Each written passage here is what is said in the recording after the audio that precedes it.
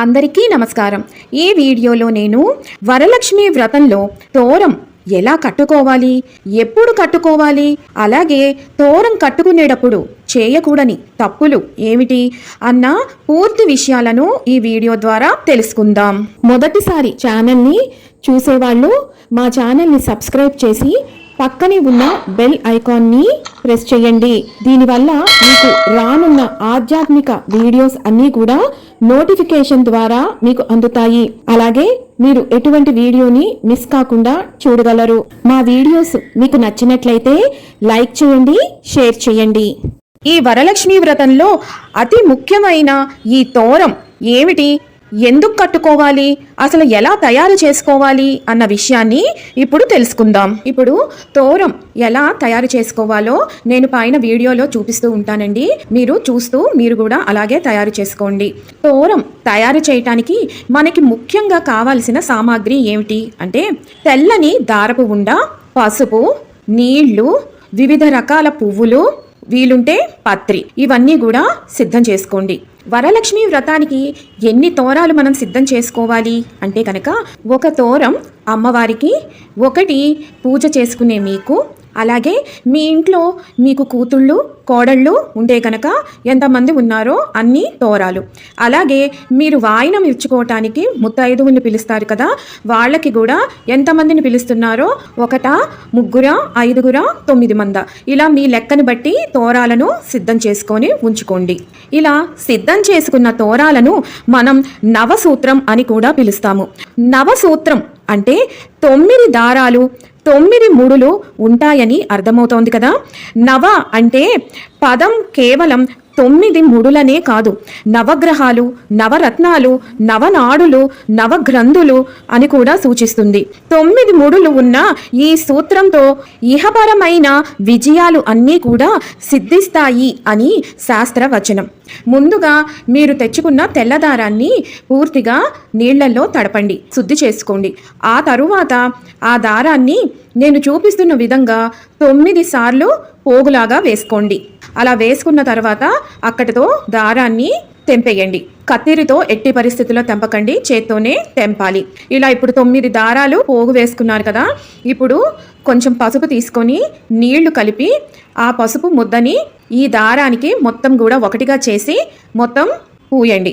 అలాగా మొత్తం దారాన్ని పసుపుతో నింపేసేయండి.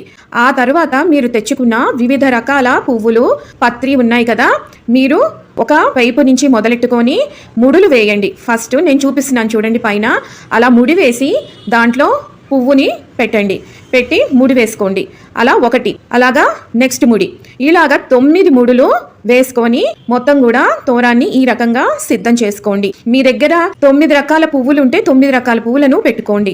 లేదు మీ దగ్గర కొన్నే ఉన్నాయనుకోండి, వాటినే మళ్ళీ రిపీట్ చేసుకోవచ్చు, అస్సలు కంగారు పడద్దు. పత్రి ఉంటే వివిధ రకాల పత్రి, వాటిని కూడా మీరు తోరం కట్టుకునే దాంట్లో వాడుకోవచ్చు. ఇదే రకంగా అన్ని తోరాలను కూడా మీరు సిద్ధం చేసుకోండి. 9 పోగులు, 9 ముడులు, 9 రకాల పువ్వులతోటి.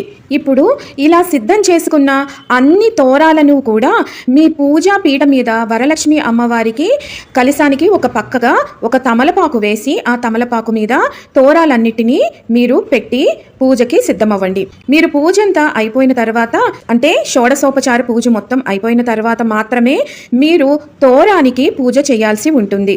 దీనినే మనం తోర గ్రంథి పూజ అని అంటాము. ఇందుకోసం ఒక్కో ముడిని పూజిస్తూ ఒక్కో మంత్రాన్ని చదవాలి. గ్రంథి అంటే ఇక్కడ ముడి అని అర్థం. ఇప్పుడు తోరానికి సంబంధించిన అనేక ధర్మ సందేహాలు చాలామంది అడిగారండి. వాటికి సమాధానాలు ఈ వీడియోలోనే ఇస్తున్నాను. తోరం ఎప్పుడు కట్టుకోవాలి అని అడిగితే, తోరం ఎప్పుడూ కూడా షోడశోపచార పూజ పూర్తయిన తర్వాత తోర గ్రంథి పూజ ఇందాక చెప్పాను కదా, చేసుకొని చేతికి కట్టుకొని ఆ తరువాత వరలక్ష్మి వ్రత కథను వినాల్సి ఉంటుంది. పూజ అయిన వెంటనే మనం తోరాన్ని తీసివేయచ్చా అంటే ఎట్టి పరిస్థితుల్లో తీయకూడదండి. తోరం కనీసం ఒక రాత్రి ఒక పగలు ఉంచుకొని ఆ తరువాత మాత్రమే తీయాలి. మరి తోరాన్ని ఆ తర్వాత ఏం చేయాలి అంటే, వరలక్ష్మి వ్రతం అయిపోయిన తర్వాత అమ్మవారి మలినాలతో పాటుగా ఈ తోరాన్ని కూడా ఆ మలినాలతో పాటే పారే నీటిలో మీరు వేసేయవచ్చు.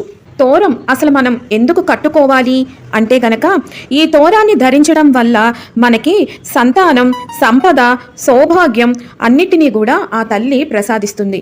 అందుకే వరలక్ష్మి వ్రతంలో మనకి తోరం అతి ముఖ్యమైనది. తోరానికి ఖచ్చితంగా 9 పోగులు వేయాలా అండి అంటే కొంతమంది వాళ్ళ ఇంటి తీరుని బట్టి, వారు ఉంటున్న ప్రాంతాన్ని బట్టి 3 పోగులు, 5 పోగులు కూడా వేస్తూ ఉంటారు. కానీ ఎక్కువగా మనం 9 పోగులు, 9 ముళ్ళు అనేదే శ్రేష్టమైనది. ఎందుకు అంటే అమ్మవారికి 9 సంఖ్య ఎంతో ప్రీతికరమైనది కాబట్టి. మాకు వరలక్ష్మి వ్రతం రోజున టైం లేదండి, సమయం లేదు, ఇన్ని తోరాలు సిద్ధం చేసుకోవటానికి ముందు రోజే సిద్ధం చేసుకోవచ్చా అంటే కనుక ముందు రోజు స్నానం చేసి మీరు తోరాలు ఎన్నైతే అనుకుంటున్నారో అన్ని తోరాలకి 9 పోగులు వేసుకొని పక్కన పెట్టుకోండి. అంతేగాని పసుపు మాత్రం రాయకండి, కేవలం పోగులు వేసుకొని పెట్టుకోండి. ఆ తర్వాత రోజు అంటే వరలక్ష్మి వ్రతం రోజున ఒకసారి మళ్ళీ పోగులన్నిటినీ తడుపుకొని అప్పుడు పసుపు రాసుకొని తోరాలకు ముళ్ళు పువ్వులు కట్టుకొని సిద్ధం చేసుకోండి. ఆ అమ్మవారికి పెట్టిన తోరం ఏం చెయ్యాలి అంటే మీ ఇంట్లో చిన్న పిల్లలు, ఆడపిల్లలు ఉంటే కనుక ఆ తోరాన్ని ఆ పాపకి కట్టండి, ఎంతో మంచిది. ఆ పాపకి ఆయుర్వృద్ధి, సద్బుద్ధి, విద్యాప్రాప్తి, ఆయుష్ అన్నీ కూడా ప్రాప్తిస్తాయి. ఒకవేళ చిన్నపిల్లలు లేకపోతే అమ్మవారి దగ్గరే ఉంచేసి తర్వాత మలినాలతో పాటు పారే నీటిలో వేసేయండి. విన్నారు కదా వరలక్ష్మి వ్రతంలో అతి ముఖ్యమైన తోరాల గురించి. మరొక వీడియోతో మళ్ళీ మిమ్మల్ని అందరినీ కలుసుకుంటాను. సర్వం ఈశ్వరార్పణమస్తు. స్వస్తి.